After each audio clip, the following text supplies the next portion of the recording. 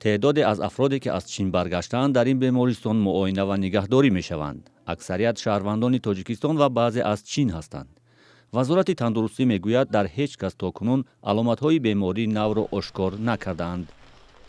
با مقصد پیشگیری پنجشنبه انتقال ویروس در جایهای علیحده، یعنی که مؤسسه‌های طبی مخصوص گردان داشته تحت نظارت قرار داده میشوند و مدت 14 روز آنها از جانب طبیبان معاینه میگردند. در عموم 285 نفر برای احتیاط در شفاخانه‌ها بستری شدند. در این شفاخانه‌ها کرانتین اعلان کردند و کسی را به داخل اجازه نمیدهند.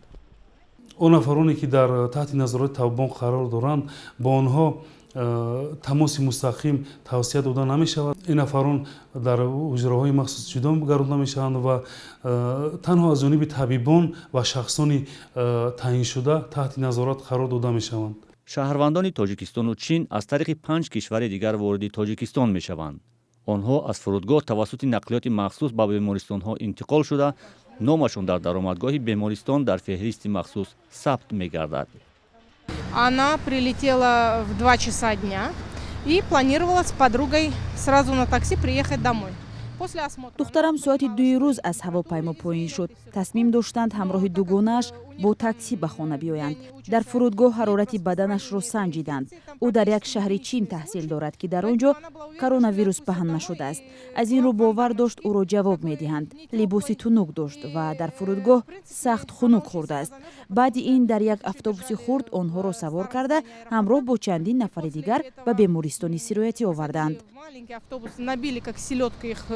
Полный автобус, что возможность заражения друг друга увеличила намного, и потом они поехали в больницу. баракатуллоҳ аъзамхонов донишҷӯи соли сеюм яке аз донишгоҳҳои чинро ки рӯзи 22 январ аз чин вориди тоҷикистон шуд, 2 рӯз ба баъд дар бемористони сироятии ноҳияи рӯдакӣ бистарӣ карданд.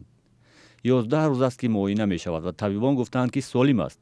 розист 14 рӯз дар шифохона бошад, аммо аз шароити ин ҷо розӣ нест.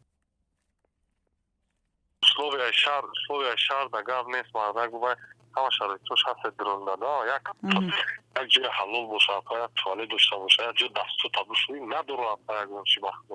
чин ҳамсояи ҳаммарз ва яке аз манбаъҳои воридоти маҳсулоти сохтмонӣ, хӯрок ва ашёи дигар ба Тоҷикистон аст. мақомот мегӯянд ҷиддӣ будани авзоро мефаҳманд ва барои ҳамин чораҳои пешгириро ҳамаҷиҳата дар фурудгоҳу дигар дарвозаҳои кишвар тақвият додаанд.